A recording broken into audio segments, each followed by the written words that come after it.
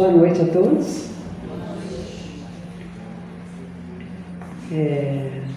Obrigada pela presença de todos, mais essa noite aqui. Vamos então, nesse momento, fechar os nossos olhos, elevar os nossos pensamentos, trazendo à nossa mente a figura de Jesus, nosso Mestre querido, pedindo aos amigos espirituais dessa casa que refaçam as nossas energias, que auxiliem os nossos planos, que ajude nos nossos caminhos, que envolva nesse momento os nossos corações na paz e no amor necessários à nossa caminhada, que nós possamos ser instrumentos da espiritualidade, no melhor que pudermos fazer por nós mesmos e por aqueles que caminham conosco. Que Jesus abençoe os nossos propósitos, envolva os nossos familiares, os nossos afetos no amor. Que assim seja, graças a Deus. Hoje eu selecionei o título Escolha das Provas e tem umas perguntas do Livro dos Espíritos que trata dessas questões. Está no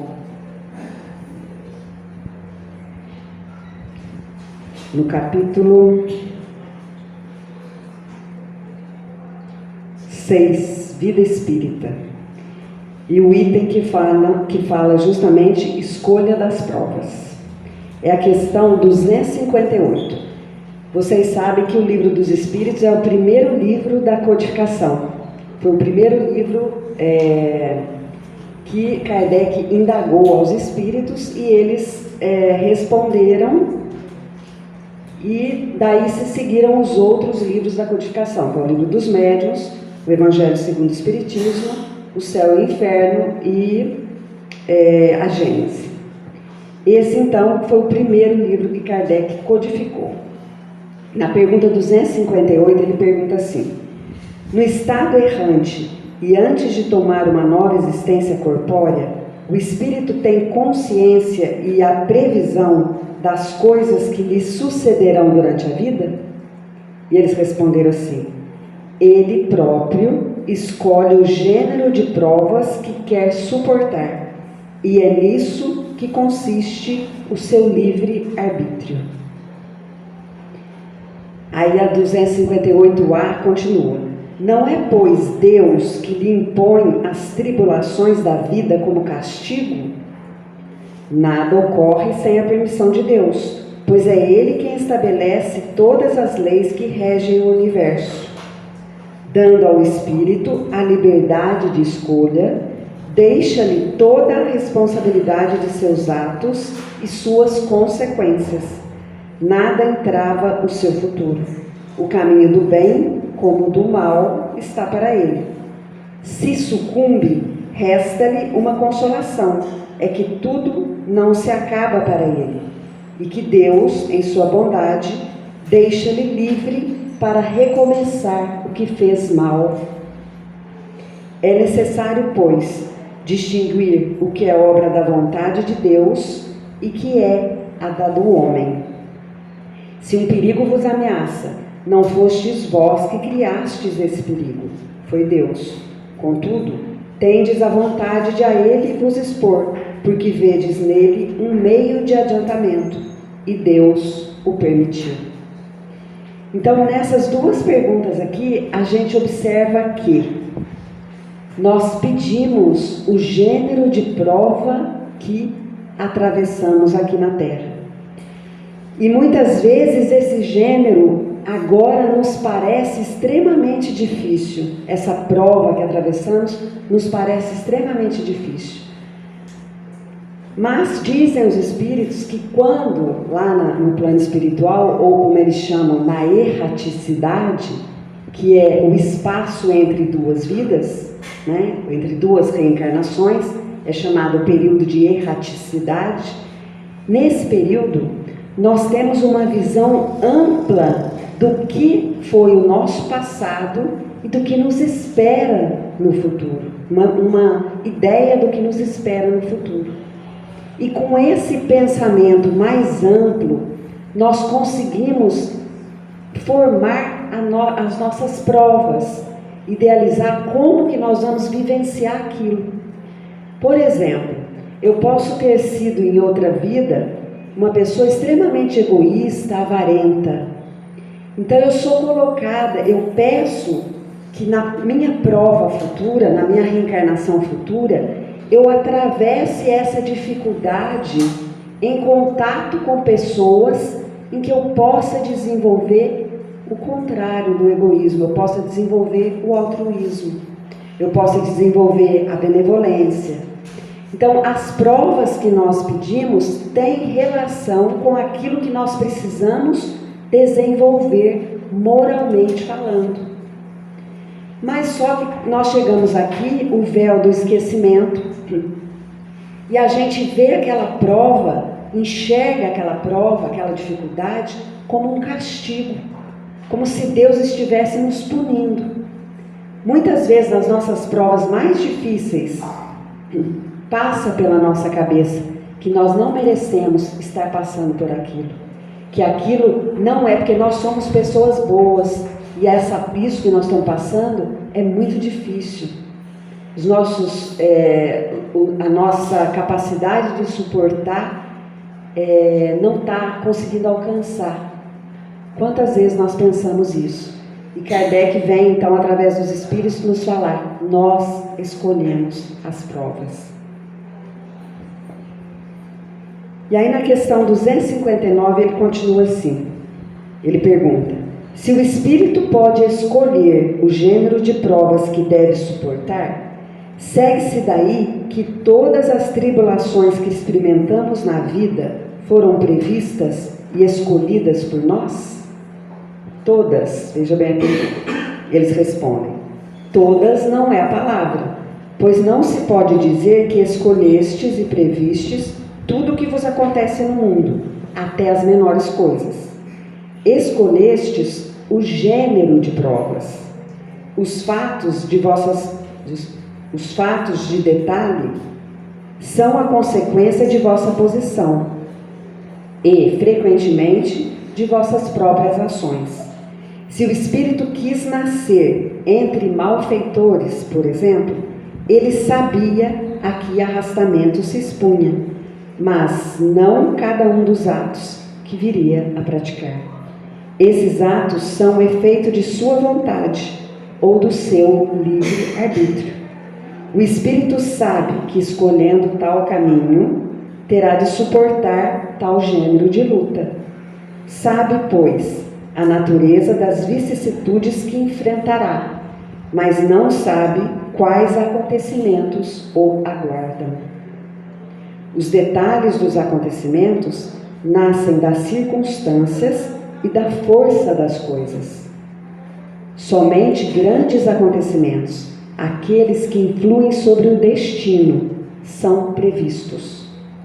Se tomas um caminho cheio de sulcos profundos, sabes que deves tomar grandes precauções, porque tens chances de cair. E não sabes em que lugar cairás.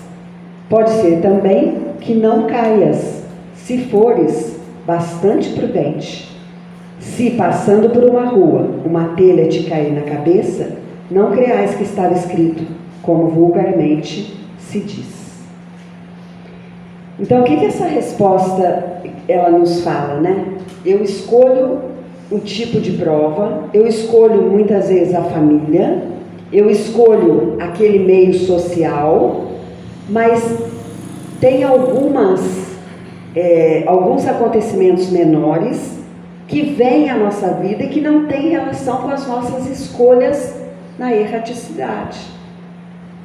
Tem relação com as escolhas da vida atual. Então eu posso vir à reencarnação com os melhores propósitos de melhoria, e geralmente eu venho.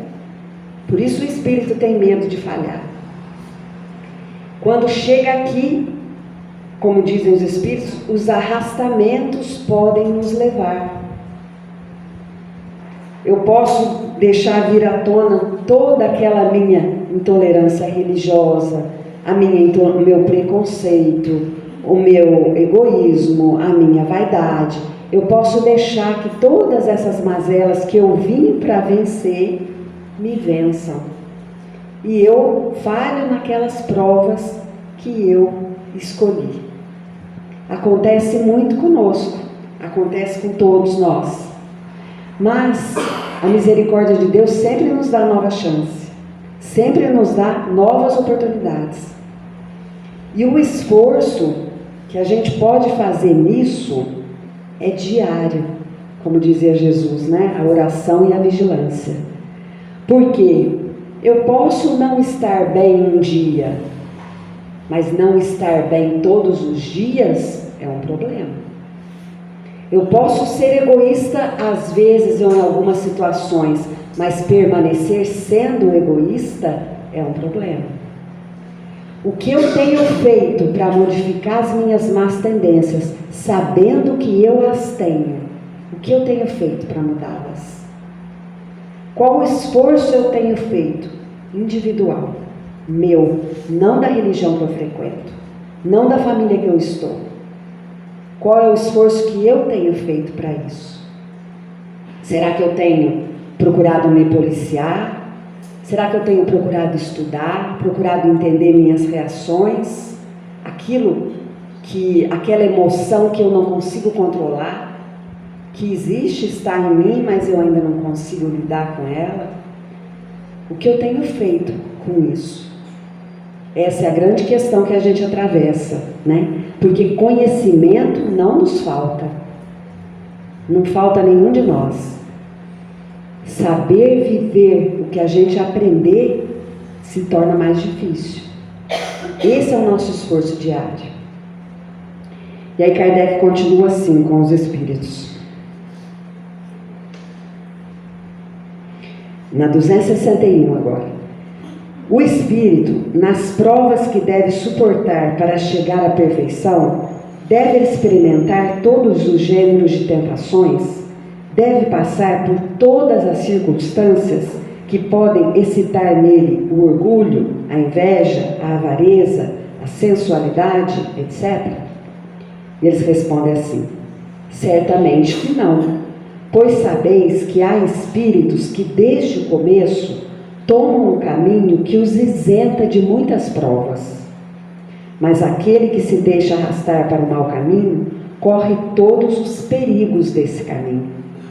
Um espírito, por exemplo, pode pedir a riqueza e esta lhe ser concedida. Então, conforme seu caráter, ele poderá se tornar avaro ou pródigo, egoísta ou generoso, ou se entregará a todos os prazeres da sensualidade. Mas isso não quer dizer que deva passar forçosamente pela fieira de todas essas tendências. Dependendo do espírito, ele tem que trabalhar um tipo de dificuldade naquela vida. E às vezes não consegue. Na 264 ele pergunta assim: o que dirige o espírito na escolha das provas que quer suportar? Ele escolhe as que podem ser para ele uma expiação, segundo a natureza de suas faltas, e o faça avançar mais rapidamente. Alguns podem se impor uma vida de misérias e privações, para tentar suportar com coragem. Outros querem se experimentar pelas tentações da fortuna e do poder, bem mais perigosas. Outros, enfim, querem se experimentar pelas lutas que devem sustentar ao contato do vício. Só vai haver necessidade de mudança quando a gente estiver no meio que vai propiciar isso. Olha que interessante a resposta dos espíritos quando fala assim, né? Você é colocado no meio que precisa estar. Então, muitas vezes a gente pensa: eu não queria ter nascido, eu não devia ter nascido nessa família. É exatamente nessa que você devia ter nascido. Eu não queria trabalhar nesse emprego, É exatamente dele que você precisa para superar aquela fase, para superar aquela dificuldade. Quando a dificuldade não for mais necessária na sua vida, quando aquela lição já foi aprendida, você sobe um degrau. E às vezes aquela experiência não é mais necessária na sua vida. Mas primeiro a gente precisa aprender a lição, né? A lição que ela veio trazer. E tem provas, gente, que são extremamente difíceis, se tornam expiações. Expiações são piores que as provas. São aquelas que nos são impostas. Porque o nosso espírito faltoso errou tanto já naquele quesito, naquela área, que nos foi retirado a capacidade de agir, ou do livre-arbítrio. Aí que nós vemos muitas vezes as dificuldades no campo da saúde, né? As reencarnações com doenças mentais, diversos tipos, né? Desde a infância, doenças crônicas desde a infância, dificuldades no campo físico, dificuldades psicológicas, psiquiátricas. Quando aquilo, porque eu me dedico à vida, me dedico à recuperação, sempre vai envolver, além da matéria, a recuperação moral daquela falta. Se eu ainda arrasto comigo uma doença crônica que eu não consegui curar, qualquer tipo de dificuldade física ou psíquica ou espiritual, é porque a prova ainda precisa acontecer na minha vida. E se ela se tornou uma expiação, mais ainda eu tenho que verificar que isso existe uma razão de ser, que eu posso não compreender agora, mas existe. Quando a gente for para o plano espiritual, voltar, né, à verdadeira vida, vai haver uma resposta para as nossas indagações. Se já não tiverem aqui essas respostas. Porque muitas vezes, por intuição, nós sabemos aonde erramos. Nós sabemos o que precisamos mudar. Só muitas vezes ainda não tivemos força ou coragem de modificar essa má tendência. Mas é importante estar a caminho, né?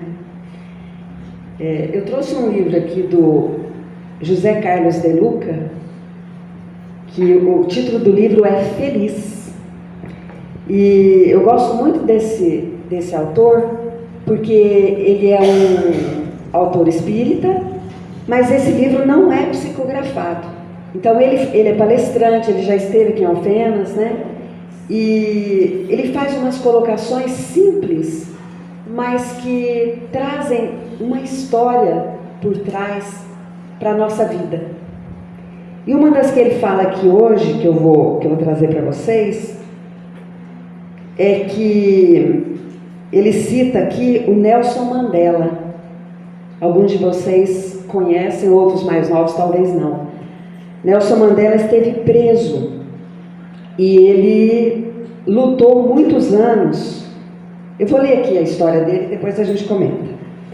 Tomemos como exemplo a figura de Nelson Mandela, símbolo da luta contra a política de segregação racial na África do Sul, o chamado apartheid. De prisioneiro político, ficou encarcerado por 27 anos. Voltou à liberdade aos 72 anos de idade.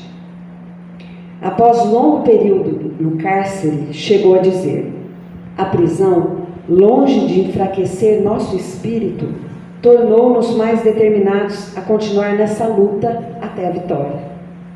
Então a luta do Mandela era defender o povo dele contra a segregação racial, contra o preconceito que as pessoas viviam na época no país dele. Ele saiu da prisão com 72, se tornou presidente da África do Sul. Mandela escolheu continuar vivendo por seus ideais, sendo eleito presidente da África do Sul aos 76 anos de idade, o primeiro presidente negro do seu país. Por que eu trouxe essa história, né? Eu quis ler essa história do Mandela hoje. Porque muitas vezes a gente pensa, tá tarde para isso, tá tarde para mudar, tá tarde para eu começar um novo caminho, tá tarde para eu buscar uma nova religião, tá tarde para eu tentar educar meus filhos, tá tarde para eu tentar salvar uma amizade, tentar salvar um relacionamento. Nunca tá tarde. Isso é nós criamos como dificuldade para nós mesmos. Nós criamos como um muro. E a gente vê o exemplo dessas pessoas que não importa a idade com que você começa. Qualquer coisa. Importa que você tenha a disposição de começar. Que você queira mudar. Então, ser melhor hoje do que ontem é nossa obrigação moral. Ninguém sabe quanto tempo vai viver nessa reencarnação, mas o nosso espírito vai viver eternamente, e qualquer conhecimento que possamos adquirir vai ser levado conosco. Aqui nós vamos deixar tudo que os nossos olhos enxergam, mas a nossa essência vai conosco. Então, falar que Mandela foi presidente de um país aos 76 anos, depois de anos e anos lutando pela liberdade no próprio país. Esses homens são exemplo para nós de superação, de força, de fé na vida, em Deus, né? De fé de que existe algo superior a isso que nós estamos passando. Existe algo superior às nossas provas, algo superior às nossas dificuldades diárias. E estar reencarnado é enfrentar desafios. Ninguém há que não enfrenta, que não os enfrente. E tem também nesse capítulo, eu não sei se vocês já ouviram, acho que aqui a maioria não ouviu falar de Charlie Chaplin. Ele foi um comediante, um ator, um roteirista, dramaturgo, foram tantas coisas, tá? Ele foi umas 10 coisas. E ele viveu até 1977 e ele fazia o cinema mudo. Eram comédias muito engraçadas, muito criativas, que ele fazia sem dizer uma palavra. Depois que a cena aparecia, era em preto e branco, apareciam alguns dizeres sobre o diálogo, mas o filme mesmo era todo mudo. E Charlie Chaplin era uma pessoa muito... tinha a cabeça muito à frente do tempo. E ele deixou também algumas palavras que o Zé Carlos de Luca fala nesse capítulo. Eu vou ler também. É minha função escolher que tipo de dia vou ter hoje. Posso reclamar porque está chovendo, ou agradecer às águas por lavarem a poluição. Posso ficar triste por não ter dinheiro, ou me sentir encorajado para administrar as minhas finanças, evitando o desperdício. Posso reclamar sobre a minha saúde, ou dar graças por estar vivo. Posso me queixar dos meus pais por não terem me dado tudo o que eu queria, ou posso ser grato por ter nascido. Posso reclamar por ter ido que trabalhar, ou agradecer por ter trabalho. Posso lamentar as decepções com amigos, ou me entusiasmar com a possibilidade de fazer novas amizades. Se as coisas não saíram como planejei, posso ficar feliz por ter hoje para recomeçar. O dia está na minha frente, esperando para ser o que eu quiser. E aqui estou eu, o escultor que pode dar forma. Tudo depende só de mim. E aí o Zé Carlos de Luca continua assim: a capacidade de ser feliz depende de como usamos o nosso poder de escolha. Chamo isso de poder, porque cada um de nós decide livremente como reagir diante das mais variadas situações que nos acontecem. Em regra, a felicidade ou a infelicidade derivam da maneira como enxergamos os fatos que nos sucedem. E cada um tem o poder de ver da forma como desejar. Cada um tem o poder de decidir como vai se comportar diante dos acontecimentos, sobretudo diante de problemas e obstáculos. Mandela fez uma opção ao ser preso: não deixar que seus sonhos morressem na diminuta cela em que permaneceu privado da liberdade durante muito tempo. Ele poderia ter desistido, ter se julgado derrotado, mas ele escolheu ficar mais determinado para continuar lutando por seus sonhos de igualdade. Todos nós fazemos escolhas todos os dias.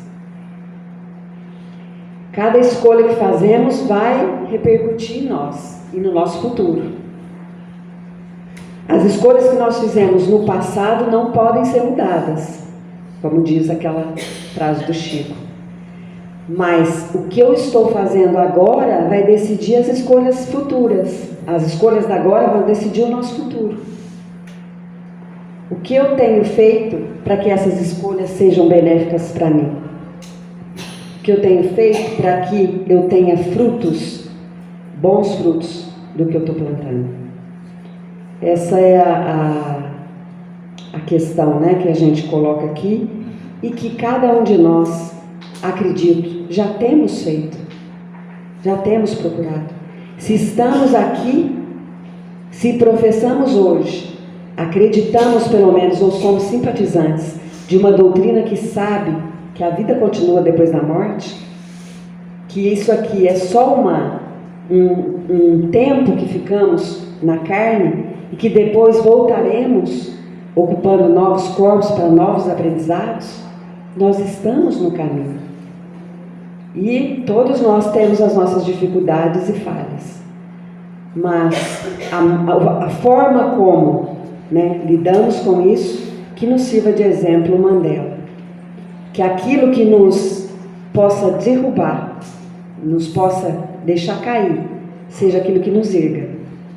Aquela dificuldade que viemos trabalhar, que o oposto dela, que possamos sair dessa vida trabalhando a virtude daquela dificuldade. E a virtude não é nada mais, as virtudes não são nada mais do que aquelas que estão no Evangelho de Jesus. Que cada um de nós consiga viver algumas, pelo menos, dessas virtudes, aprendendo a amar, a tolerar, a ser benevolente, a ser indulgente, a ser paciencioso. Mesmo que não todos os dias, mas a maioria deles. E que o esforço que fazemos pela nossa melhoria renda frutos para nós, já nessa vida. Não muitas vezes os frutos materiais, mas os espirituais, que são os que levaremos conosco. Que o Pai possa abençoar os nossos caminhos nessa trilha. Que a gente seja envolvido nesse momento pela espiritualidade amiga. Que receba as bênçãos de saúde e paz que os nossos corações tanto buscam. Que possamos receber o passe, essa energia divina do amor, que Ele possa nos revigorar, nos amparar, nos fortalecer, para que a nossa caminhada aconteça de acordo com o Evangelho de Jesus. Que as nossas melhores energias estejam em nossos corações, buscando a paz que nos falta, o amor que necessitamos. Que o Senhor nos abençoe hoje e sempre, que assim seja. O SARAI, entidade beneficente de assistência social, fundada em 1962, conta com os departamentos Centro Espírita André Luiz e o Lar Escola Casita. Criado em 1999, o programa Lar Escola Casita tem por objetivo geral a promoção do desenvolvimento humano. Atualmente, a Casita atende cerca de 100 crianças e adolescentes, de 4 a 16 anos incompletos, muitos com risco social e/ou humano. Algumas de nossas atividades: suporte pedagógico, apoio às tarefas escolares, Libras, inclusão da diversidade, oficina da pintura, pintura em gesso e tela e educação física, badminton, vôlei e futebol. Temos projeto temático Pequenos Guardiões do Planeta, trabalho desenvolvimento de habilidades pedagógicas, valores e conceitos, meio ambiente e sustentabilidade. Projeto Moeda Social Zitinha, noções da economia solidária, do ter e do ser. Alimentação, café da manhã, da tarde e almoço. Acompanhamento da saúde, monitoramento e suporte para assegurar o bem-estar físico e mental dos participantes.